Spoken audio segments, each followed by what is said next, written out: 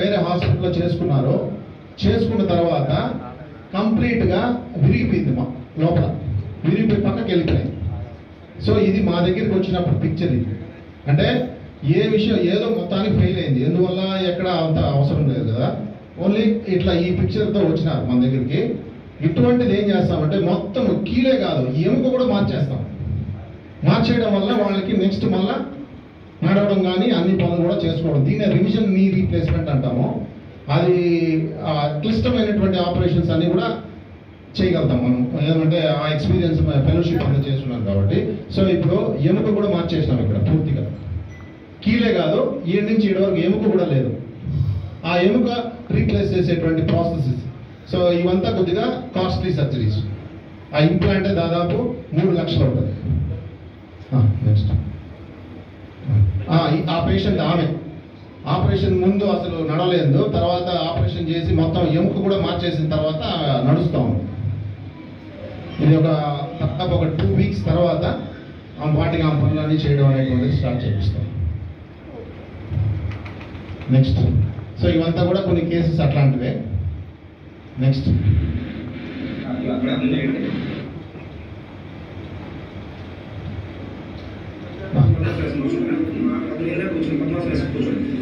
ఇంతకుముందు అడిగారు కదా పద్మాసనం వేసి కూర్చోవచ్చా లేదని ఒకరు అడిగారు కదా, 2 మోకాలు చేసి ఆయనకి పద్మాసనం వేసి కూర్చోవడం అనేటువంటిది కూడా చేయొచ్చు.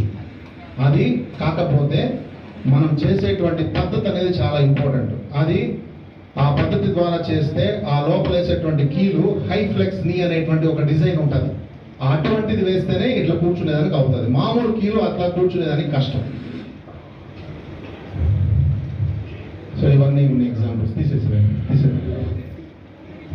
సో ఈ పేషెంట్కి ఏంటంటే కంప్లీట్గా ఇట్లా బయటికి వెళ్ళిపోయింది. దీన్ని రుమటాయిడ్ ఆర్థరైటిస్ అంటాం.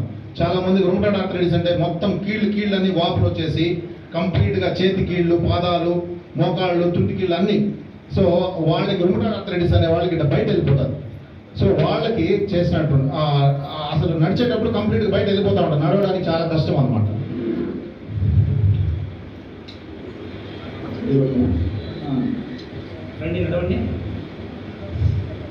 అసలు అడుగు తీసి అడుగు పెట్టేదానికి చాలా కష్టం ఆమెకి, ఎందుకంటే ఆ కీళ్ళు బయట వెళ్ళిపోతూ ఉంటుంది, స్టెబిలిటీ ఉండదు. సో ఈమెకి ఆపరేషన్ చేసి లోపల కీళ్ళ ఇది ఒక స్పెషల్ ఇంప్లాంట్ అనమాట. ఇంతకుముందు చూస్తే ఇది ఒక రకమైన ఇంప్లాంట్, ఇక్కడ వరకే వస్తుంది, ఇది పొడుగ్గా ఉంటుంది అనమాట లోపల. ఇది వేస్తేనే సక్సెస్ అవుతుంది. సో ఏ సర్జరీ ఏ ప్రాబ్లంకి ఏ ఇంప్లాంట్ వాడాలనేది చాలా ఇంపార్టెంట్. ఈ కాలుకి ఈ టైప్ ఆఫ్ ఇంప్లాంట్ వేస్తే ఫెయిల్ అయిపోతారు, ఈ టైప్. ఈ అరుగుదలకి ఇట్లాంటిదే వేయాలి. అది ఏ సర్జరీ ఏ దానికి ఏది వాడాలనేది చాలా ముఖ్యం.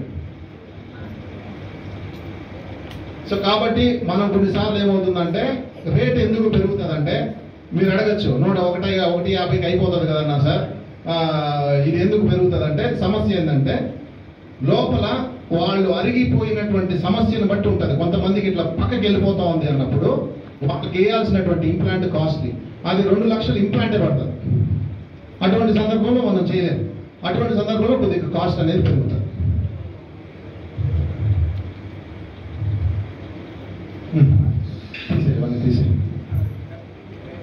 ఈమెకి 12 సంవత్సరాలు అయింది. నేను ఫస్ట్ స్టార్టింగ్ చేసినప్పుడు చేసిన సర్జరీ. నేను 10 సంవత్సరాల క్రితం మోకాలు బాధలతో మోషన్ పోవాలన్నా మాసులు పోవాలని ఇబ్బందిగా అంటే నా గురువు తీసుకొని వెళ్ళి కూర్చొని పెడతాను. అటువంటి పరిస్థితుల్లో శ్రీచక్ర హాస్పిటల్ డాక్టర్ రాజేష్ గారు తిరుపతిలో చూస్తూ ఉంటారని చెప్పి తీసుకొని వచ్చినాను. నా భర్త మా ఇంటి నా కొడుకు ఇద్దరు తీసుకొని వచ్చినారు. అప్పుడు సార్ నన్ను చూసి సరేమ్మా నీకు 2 మోకాలు చెప్పిన మార్చాలి చేసుకుంటాను సార్. అప్పుడు సార్ ఆపరేషన్ చేసి హాస్పిటల్లో ఉన్నాను. 3 రోజులకి నన్ను ఉండబెట్టి తినిపించి నన్ను అంత బాగా చూసుకొని 10 రోజులు ఇక్కడనే ఉన్నాను. ఆ తర్వాత నీకు ఏ ఇబ్బంది లేదమ్మా, నువ్వు హ్యాపీగా ఉండొచ్చు, నీకేదో తెచ్చుకోవడం అయితే నా దగ్గర అమ్మ నేను చూస్తాను. ఆయన ధర్మాన ఆయన పుణ్యాన ఈ రోజు నేను హ్యాపీగా నా భర్తకు హెల్త్ సరిలే, ఆయన మంచంలో నుంచి లేకపోతున్నాడు, ఆయన మొత్తం నేనే చూసుకుంటాను, ఇంట్లో వంట గింటాను. సో ఆమె అసలు ఆ పనులు చేసుకోలేని పరిస్థితిలో ఉన్నామే. 12 సంవత్సరాల తర్వాత వాళ్ళ ఆయన కంప్లీట్ బెడ్ రిడన్ అయితే ఇప్పుడు ఆమె చూసుకుంటా ఉంది. జస్ట్ ఆమె అడిగిన క్వశ్చన్కి, మేడం అడిగిన క్వశ్చన్కి కొద్దిగా ధైర్యం చేస్తే వాళ్ళ లైఫ్ బాగుంటుంది. ఏంటంటే లేదంటే వాళ్ళు ఎప్పటికీ ఇంకా బెడ్కి పరిమితం అయిపోతారు, పూర్తిగా అరిగిపోతారు. నడవలేని పరిస్థితి.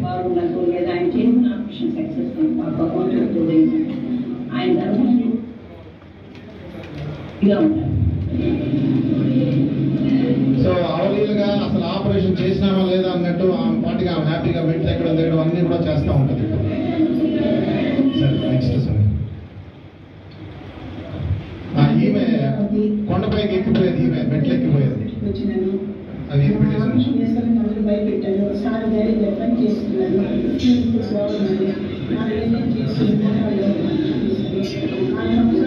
చాలా నేను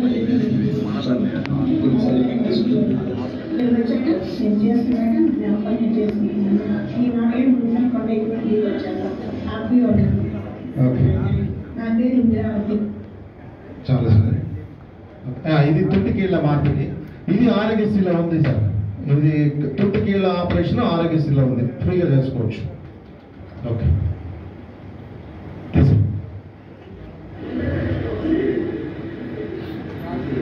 ఈయన దాదాపు 20 సంవత్సరాల క్రితము యాక్సిడెంట్లో ఆయనకి ఆ తుంటికీలు అనేటువంటిది అరిగిపోయింది. 20 సంవత్సరాల తర్వాత మనం చేసినాం ఈ మధ్య, ఒక 1 year 1.5 year అయింది చేసి. ఇది ఆపరేషన్ అయిన మరుసటి రోజు నుంచే నడిపించడం.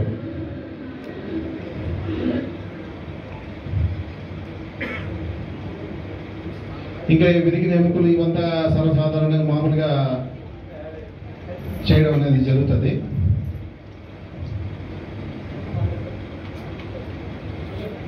ఇది స్పైన్ చెప్పాను కదా, ఈ ఫిక్సేషన్ అనేటువంటిది చాలా క్లిష్టమైనటువంటిది. ఇది డాక్టర్ విజయ్ అని అపోలో హాస్పిటల్ బెంగళూరులో కన్సల్టెంట్. అతను మన హాస్పిటల్కి మంత్కి 2 times వస్తాడు. కేసెస్ మనం పూలప్ చేస్తే అతను వచ్చి చేస్తాడు.